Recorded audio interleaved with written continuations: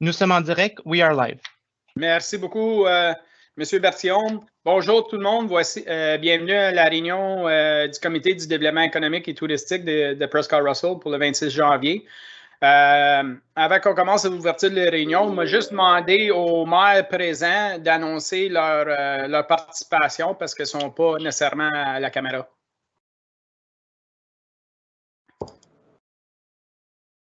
Je peux commencer le premier. Normand Riopel, présent. Stéphane Sarrazin, présent. Daniel Lafleur, présent. Merci beaucoup tout le monde. On va commencer avec l'ouverture de la réunion. Déclaration d'intérêt pécuniaire. Hearing none, seeing none. Adoption de l'agenda. M'avoir besoin d'un proposeur puis un appuyeur, s'il vous plaît. Proposé par M. Sarrazin, appuyé par M. Riopel. Pétition et délégation, il n'y en a pas. Sujet. Premier, 5.1, présentation from Mr. Tom Manley, Eastern Ontario Agri-Food Network. Vous laissez faire les introductions, Madame Lavigne. Merci, M. le Président, membre du Conseil. M. Manley est présentement directeur du réseau agroalimentaire de l'Est ontarien. Il gère les activités dans Prescott Russell, SDG et Cornwall. Alors, je lui ai demandé de faire un rapport sur les activités du réseau, compte tenu que les comtés subventionnent le réseau à 40 000 $ par année pour l'année 2021. Alors, je vais laisser M. Manley faire son rapport. Merci. Merci beaucoup, Mme Lavigne. M. Manley, bonjour, bienvenue. Monsieur Manley, vous êtes sur sourdine. Sur mute. Merci beaucoup pour l'invitation. Ça me fait bien plaisir de me joindre à vous aujourd'hui. Alors, je fais ma présentation.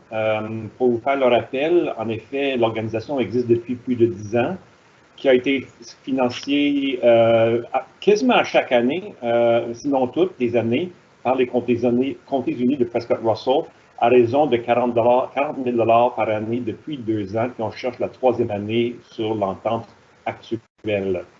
Pour vous faire le résumé de nos activités, nous avons 3 axes principaux d'activité. De 1, faire le développement économique dans le secteur agroalimentaire, surtout par des programmes de marketing et surtout visant l'agriculture et la production agricole à petite échelle, donc des petites entreprises indépendantes, production artisanale, l'agritourisme et rassembler la chaîne de valeur agroalimentaire régionale. Deuxièmement, nous représentons le secteur, nous portons une voix au niveau des affaires publiques, des relations avec les gouvernements, avec les agences réglementaires et le public et les médias. Et troisièmement, nous développons les capacités dans le secteur par les programmes de formation, que ce soit nos activités de formation ou celles des autres qu'on essaie de faire la promotion. On développe des compétences par le soutien technique, on fait du mentorat, on fait du réseautage parmi les membres, les connecter à diverses personnes. D'ailleurs, ce matin, j'ai traité une demande qui vient de télévision franco-ontarienne qui cherche un producteur franco-ontarien pour leur aider dans un programme de promotion. Et j'ai passé le message à une 50aine de contacts dans la région francophone. Au niveau financier, votre contribution municipale a servi de levier très important. Avec 40 000 $ par année, on a réussi à convaincre en 2021 la ville de Cornwall de contribuer 25 000 et les comtés unis de SDG de contribuer 25 000. Tous deux sont en voie de renouveler cette contribution-là avec une attente de 3 ans, mais avec une présentation, un renouvellement annuel. Mais encore là, ensemble, à 90 000 $, il s'agit d'un autre levier important. Nous avons obtenu du gouvernement provincial une subvention de 95 000 $ sur 2 ans. Nous sommes au milieu de cette subvention et ça termine en septembre prochain. Et nous avons réussi à obtenir un autre 14 000 $ d'autres subventions de sources diverses au niveau fédéral et régional. Mais ce n'est pas une seule source financière. Les membres se sont engagés. D'ailleurs, nous avons obtenu près de 15 000 $ de revenus de nos membres de la part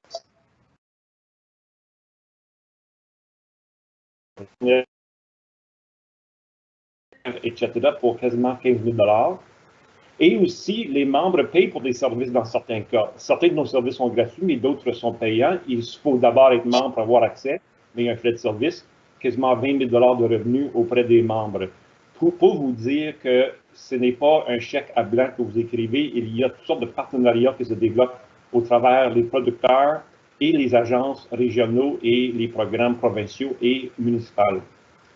Auprès du public, nous avons 1400 personnes qui nous suivent sur notre page Facebook grâce à nos annonces, notre publicité payée sur Facebook et nos activités à la ferme qu'on veut communiquer aux consommateurs.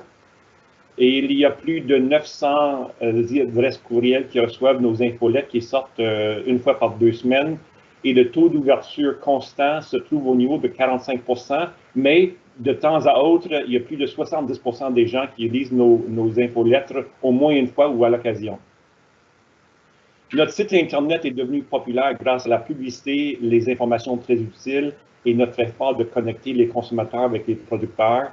Et en 2021, plus de 22 000 sessions de visite sur notre site Internet pour trouver des informations et des sources agroalimentaires. Je veux souligner quelques programmes que nous avons réalisés. Notre carte des ressources alimentaires, une carte visuelle de raison, compte plus de 67 sites où on peut trouver des produits agroalimentaires dans la région. Nous avons ramassé 20 vendeurs de la région pour participer à un carnet à la découverte où on peut découvrir des producteurs et découvrir aussi des escomptes ou des épargnes pour communiquer la première fois avec les producteurs. Notre programme agrotouristique en collaboration avec les 3 municipalités est un succès, un franc succès. Nous avons publié 6 en 2021, le 7e tout récemment, route avec près de 50 destinations agroalimentaires, touristiques, hébergements, activités extérieures, etc. Nous avons un programme de commerce électronique. Nous avons une quinzaine de vendeurs sur notre porteur des aliments locaux. Et nous avons appuyé de façon importante les marchés champêtres de la région, à titre d'exemple, Benty-Kill, Rockland, Cornwall, Metcalfe, etc., où nos membres sont présents pour promouvoir les marchés champêtres auprès du public. Je souligne quelques commandites avec nos argents pour activer les fermiers, pour supporter financièrement des activités à la ferme, des célébrations des aliments locaux et l'accueil aux consommateurs. Dans la région de Prescott-Russell, il s'agit de Fiat Farm à Russell et de Ferme du Poirier à Saint-Eugène. Pour l'année qui s'en vient, on va compléter la subvention de Omafra dans la 2e année avec des plans de développement du marché local. Nous surveillons aussi une panoplie importante de subventions provinciales, fédérales et de sources privées et aussi des fondations qui veulent démarrer les économies locales, la reprise économique post-COVID. Nous sommes en préparation de demandes à cet effet-là et nous surveillons plusieurs autres pour poursuivre le développement économique régional et la capacité des producteurs. Ceci est un résumé verbal de la présentation écrite que je vous ai soumise. Je suis disponible à répondre à vos questions. Je vous remercie pour votre temps. Merci beaucoup, M. Manley. Y a-t-il des questions, M. Lafleur? Monsieur le Président, M. Manning, est-ce que si jamais qu'on a nous, à Castleman, on est en train de partir à un niveau à toutes les semaines pour une foire alimentaire, est-ce qu'il y a des argents pour ça? Vous me dites, là, vous dites qu'il y a des octrois, etc. Alors, est-ce que on peut passer par vous pour ces octrois-là ou c'est préférable qu'on passe directement avec la municipalité? Oui, en effet, je suis en communication étroite avec Mario Bourgeois qui démarre ce projet-là. Nous allons répéter le modèle qu'on avait appliqué dernièrement au marché champêtre de Cornwall, c'est-à-dire au lieu d'argent direct, on apporte de la main-d'œuvre. Mon salaire est couvert par vos subventions et j'apporte un appui en main-d'œuvre important qui ne se paierait pas autrement à Mario pour lui apporter un soutien technique de l'administration financière, la gestion des inscriptions des vendeurs, etc. Donc, le partenariat qui veut s'établir, Mario s'occupe de la promotion du marché. Moi, je m'occupe de tenue de livre, facturer les producteurs, les vendeurs, collecter les argents, payer les comptes, etc. Donc, c'est un travail, c'est une contribution en temps au lieu d'argent. C'est bon. Merci bien. Merci beaucoup, M. Lafleur, M. Manley. D'autres questions? Comme du conseil, M. Sarrazin, puis après ça, M. Riopel. Ben, c'est pas vraiment une question. Je voulais juste remercier M. Manley. Je siège sur ce conseil d'administration-là depuis presque maintenant 1 an. M. Manley est très, comment je dirais ça, c'est un projet qui lui tient à cœur, puis on voit qu'il fait du travail sans cesse. Là. Je suis sur le conseil d'administration, puis on reçoit de l'information. Je pense que c'est un des conseils d'administration où je reçois le plus d'informations.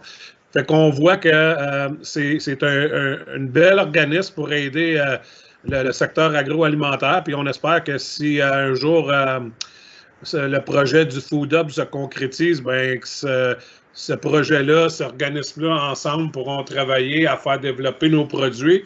Puis, j'aimerais voir peut-être s'approcher éventuellement de l'Union des cultivateurs franco-ontariens pour travailler tous ensemble. Mais oui, je suis très épaté par l'organisme. Puis, félicitations, M. Manley, puis à votre groupe pour le beau travail.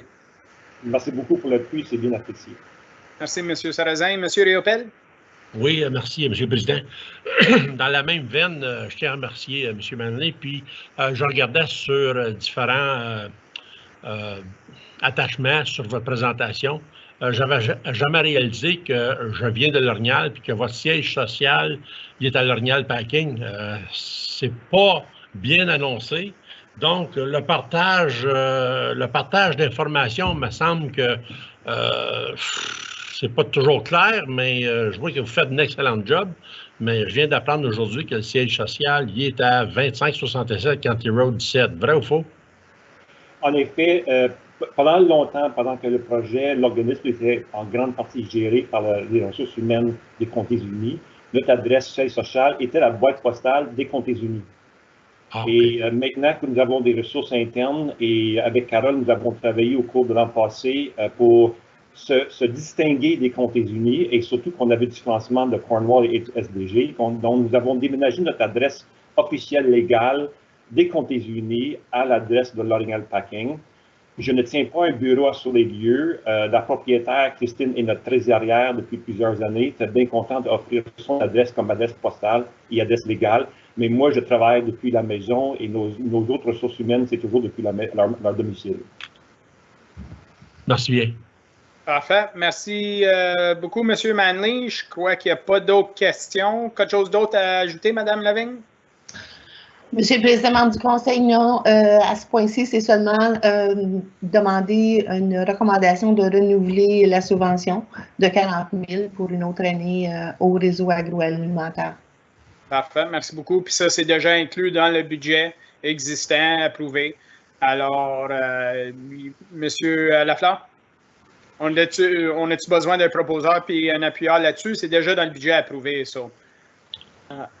Parfait. S'il n'y a pas d'autres commentaires, merci beaucoup, M. Manley, pour la présentation et toute l'information. On vous souhaite une très belle journée.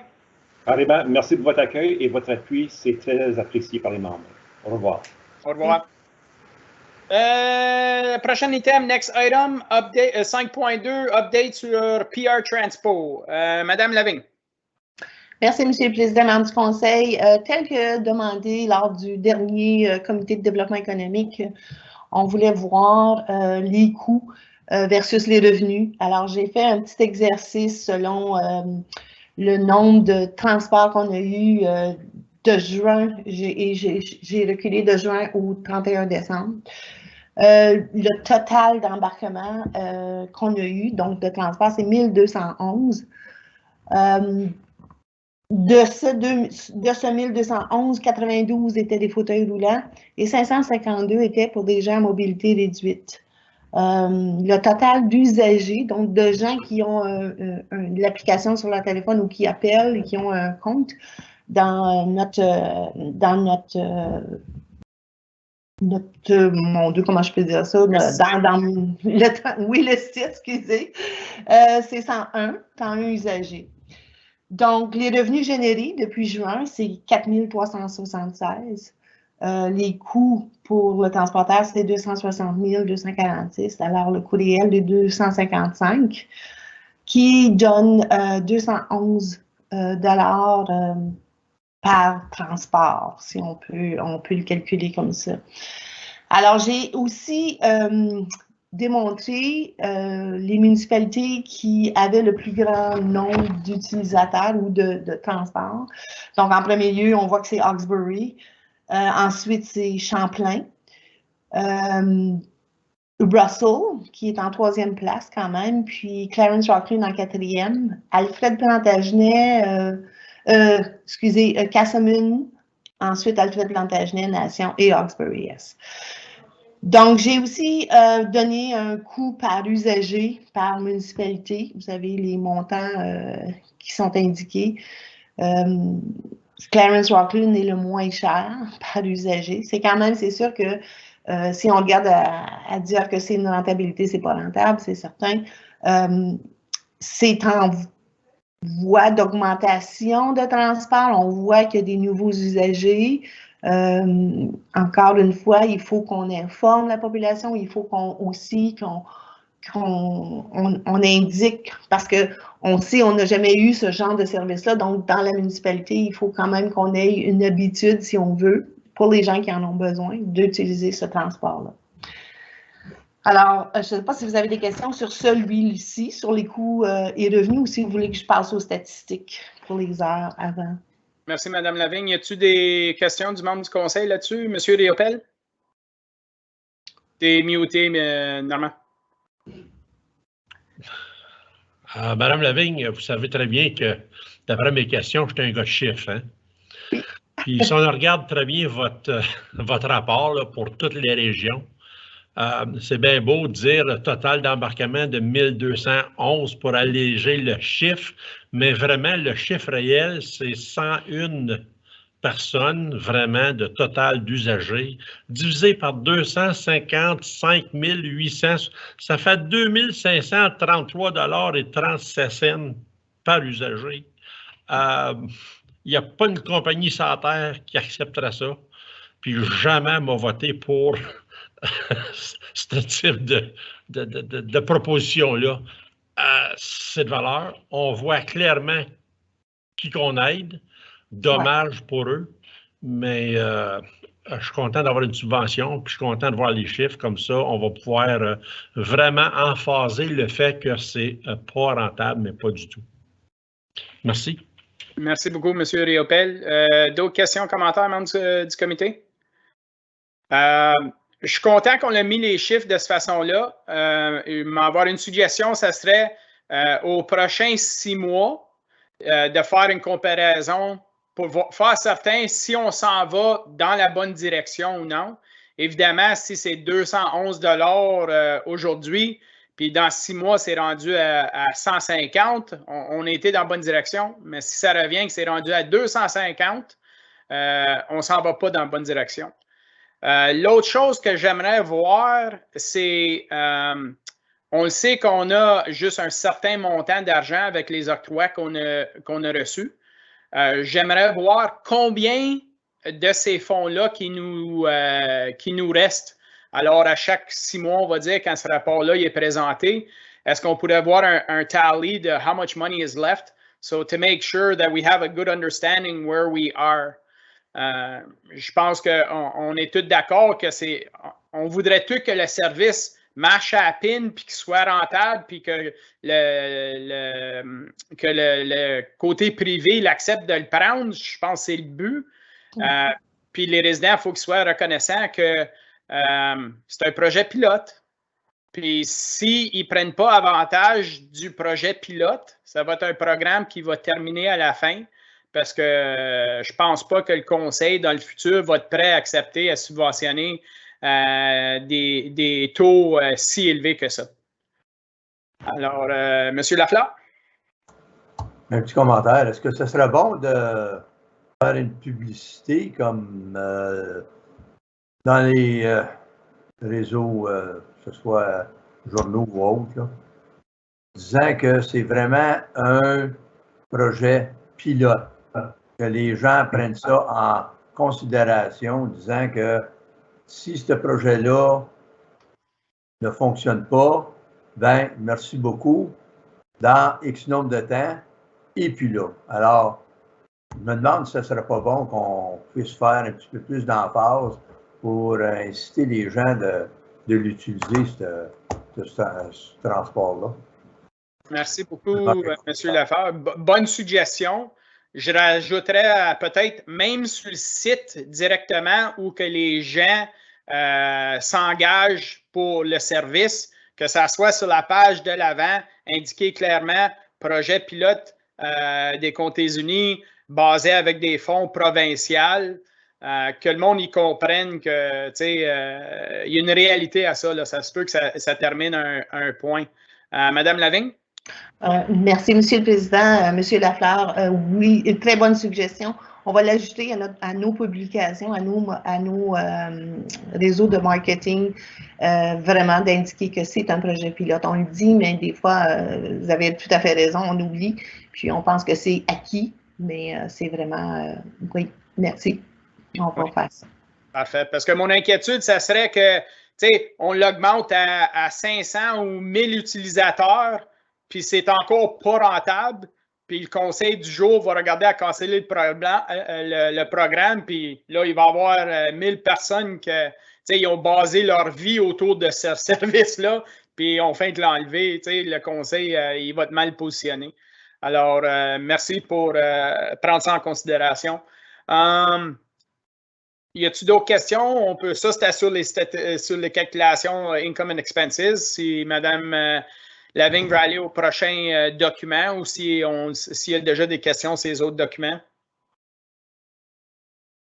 S'il n'y a pas d'autres questions, ces documents, les membres du conseil l'ont tous eu la chance de le lire. Y a-t-il quelque chose que tu aimerais highlighter, Mme Lavigne? Oui, Monsieur le Président, membre du conseil, ce que j'aimerais highlighter, comme vous savez, on a à peu près en moyenne 14 heures de déplacement par jour dans lesquels on paye à l'heure. C'est sûr qu'il y a le premier départ du matin, là, c'est pas calculé, donc on joue entre 10 et 14 heures par jour. La raison de mes statistiques, c'est de voir est-ce qu'on peut réduire afin d'allonger notre subvention parce que je vais demander aux finances de nous faire un rapport sur les projections et sur l'argent qui reste et puis sur combien de temps, si on continue de ce modèle-là, à combien de temps qu'on a assez de sous pour être capable de livrer le service. L'idée première, lorsqu'on avait dit on va commencer de 6 h à 9 h le soir, c'était justement pour trouver où est-ce que c'est que la population l'utilisait le plus.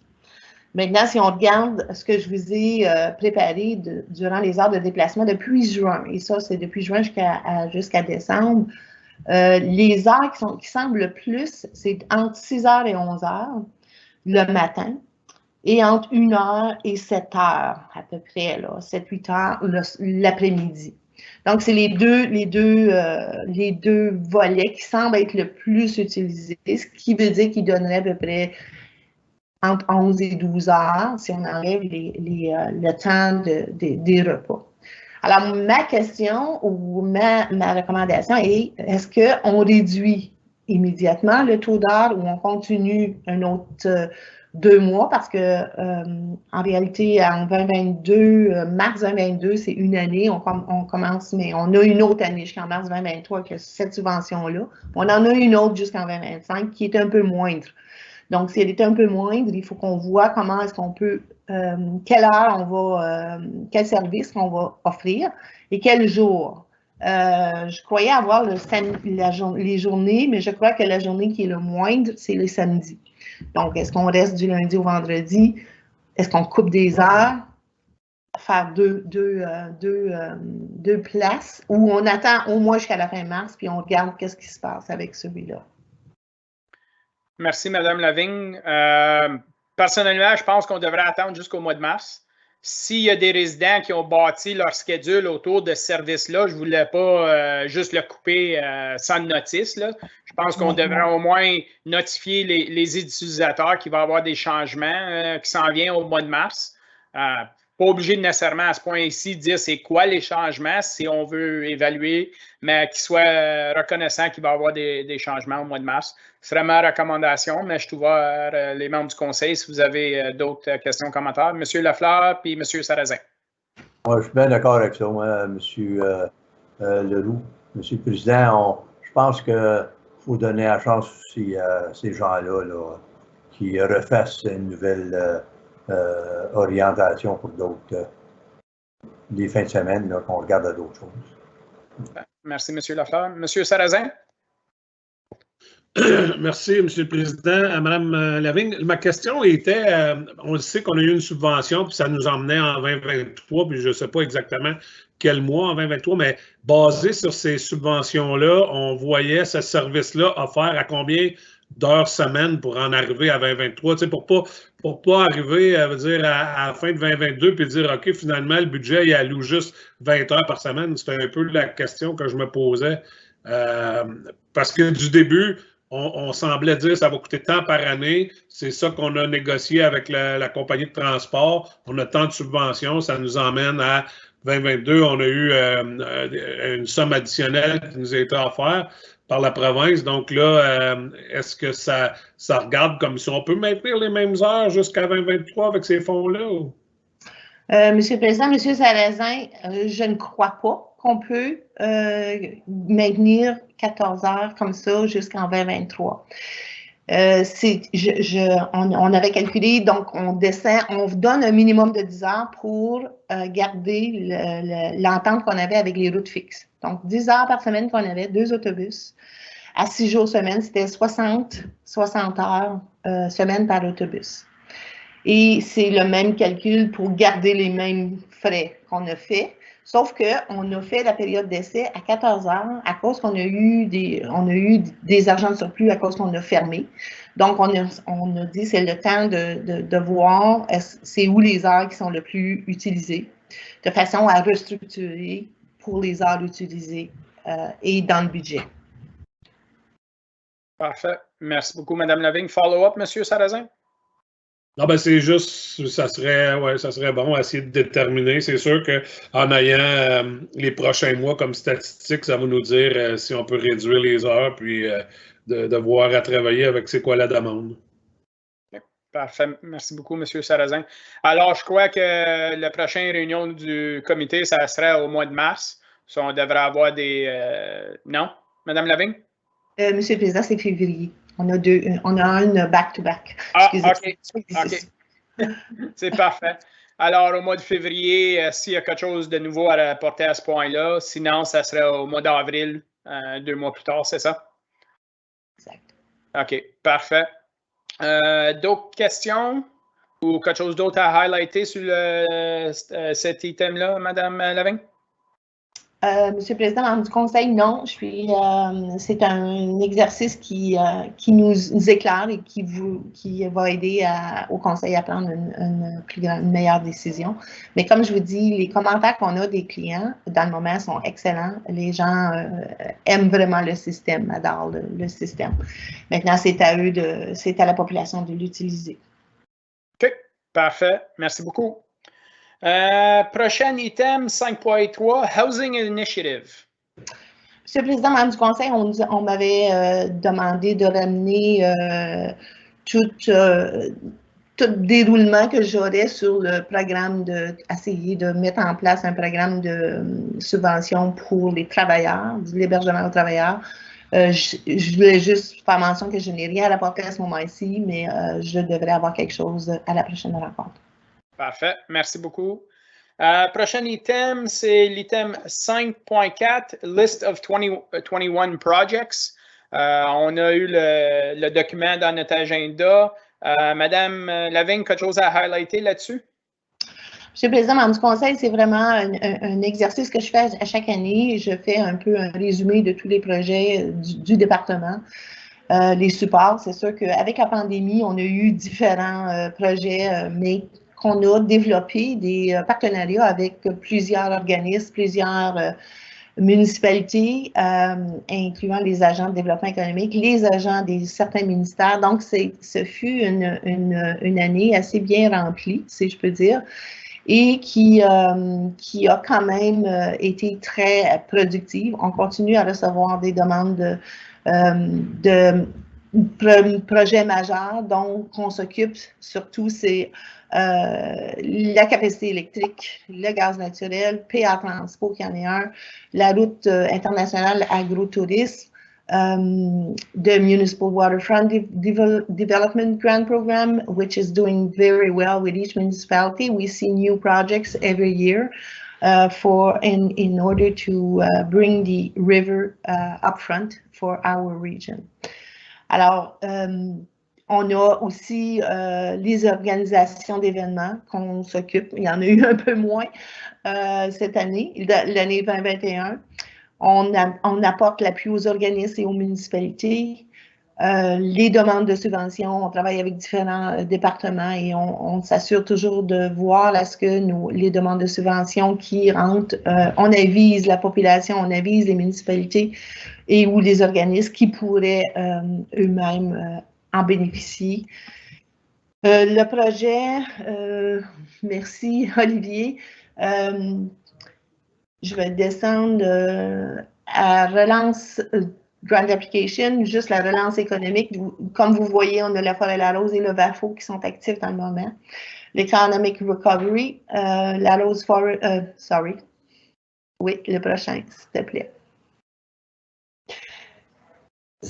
Comme j'ai expliqué, on a les 8 municipalités, la cité collégiale, le Ministry of Agricultural and Food and Rural, the Ministry of Economic Development, Job Creation, the Prescott Russell Employment Center, Eastern Ontario Training Board et tous les acteurs en développement économique de la région siègent sur ce comité-là. Et ça permet de savoir ce qui se passe dans chacune des municipalités ou dans chacune des régions et ça permet aussi de discuter sur des points dans lesquels on développe. Exemple, le support pour l'hébergement des travailleurs dans Prescott Russell, essayer de voir comment on pourrait encourager à monter le programme pour que les investisseurs soient encouragés à construire de tels immeubles. Ensuite, il y a le centre d'entrepreneurship qui, lui, a été très, très actif durant l'année 2021 quand même. On a eu plusieurs 535 demandes qu'on a eues d'aide dans lesquelles on offre le support dans le plan financier, marketing plan, financial plan et plusieurs workshops qu'on a eus pour les différents entrepreneurs. Et en tant que CLI, je dois vous avouer que les entreprises ont vraiment apprécié, autant celles qui débutent que celles qui voulaient agrandir, parce qu'on a eu qui ont agrandi aussi, même en temps de pandémie. Seulement avec le programme Start a Company Plus, we had 9 recipients that received $5,000 grant each in order to start their new business. In Summer Company, we had 2 students that had $3,000 grant, so they start their business during summer and they have to go back to school and they receive the full amount. Alors, ce fut une année quand même assez chargée. Je suis assez contente des projets et des résultats de notre année dans Prescott Russell pour les entreprises. Alors, on peut voir ici les statistiques des entreprises et des outreach. Outreach, ça, c'est les gens qui ont suivi des ateliers, qui ont suivi du mentorat avec l'agent de développement des affaires, des comtés. On a aussi, c'est sûr, le marketing et la communication. J'ai un agent de communication et marketing qui travaille beaucoup avec chaque département et ainsi que l'administration des comtés unis Prescott et Russell. Ceci se termine mon rapport des activités pour l'année. Je suis ouverte aux questions. Merci beaucoup, Mme Lavigne. Membre du comité, y a-t-il quelqu'un qui a une question, commentaire là-dessus? Monsieur Riopel. Merci, M. le Président. Si on retourne à la diapositive numéro 2, je pense, concernant les projets majeurs. La deuxième item, routes agrotouristiques internationaux ou internationales à cause de la pandémie. Est-ce que ce programme-là va s'avérer un jour viable entre les deux ou les Ben, il y a quatre endroits, là, Vermont, New York, Québec, Ontario. Il n'y avait pas une planification de faire une tournée ou d'avoir un genre de rencontre ou d'essayer de marier les quatre ensemble? Monsieur le Président, Monsieur Riopel, oui, ça se continue toujours. Il y a encore des discussions. C'est sûr qu'avec la pandémie puis les frontières, c'est un petit peu plus difficile. Ils sont à développer chacun des routes. Exemple, nous, on a ajouté la route Brew&Chew qu'on avait fait pour notre secteur dans Prescott Russell, qui avait été mise en marche avant que le réseau prenne aussi conscience de développer d'autres routes un peu partout dans la région pas Prescott Russell, mais SDG Cornwall. Donc, toutes les routes, ils sont maintenant annoncés, si vous voulez, ou propulsés par le réseau aussi. Avec